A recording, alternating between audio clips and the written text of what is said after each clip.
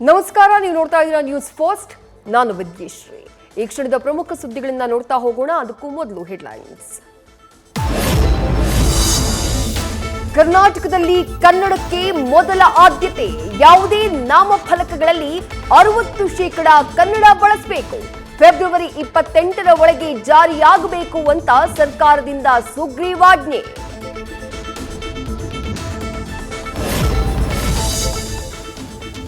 ರಾಹುಲ್ ಗಾಂಧಿ ಈ ದೇಶದ ಪ್ರಧಾನಮಂತ್ರಿಯಾಗಬೇಕು, ಅದಕ್ಕಾಗಿ ಪ್ರಯತ್ನಿಸೋಣ ಎಂದ ಸಿಎಂ ಸಿದ್ದರಾಮಯ್ಯ. ಇಂಡಿಯಾ ಒಕ್ಕೂಟದಿಂದ ಖರ್ಗೆ ಹೆಸರು ಪ್ರಸ್ತಾಪದ ಬೆನ್ನಲ್ಲೇ ಸಿದ್ದು ಹೇಳಿಕೆಯಿಂದ ಕುತೂಹಲ.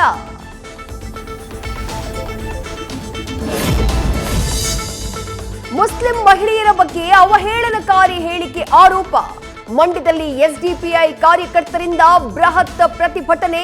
ಕಲ್ಲಡ್ಕ ಪ್ರಭಾಕರ್ ಭಟ್ ಬಂಧನಕ್ಕೆ ಆಗ್ರಹ.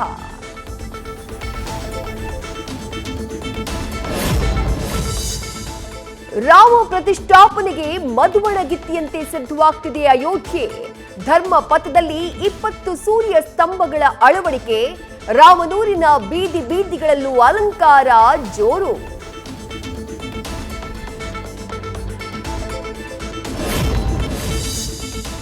ಕ್ರಿಕೆಟ್ ಆಡುವುದಕ್ಕೆ ಹೋಗಿ ಶಾಸಕರ ಎಡವಟ್ಟು. ಬ್ಯಾಟ್ ಬೀಸೋಕೆ ಹೋಗಿ ದಬಾಕೊಂಡು ಬಿದ್ದ ಬಿಜೆಡಿ ಎಂಎಲ್ಎ. ಒಡಿಶಾದ ಭೂಪಿಂದರ್ ಸಿಂಗ್ ತಲೆಗೆ ಗಂಭೀರ ಗಾಯ.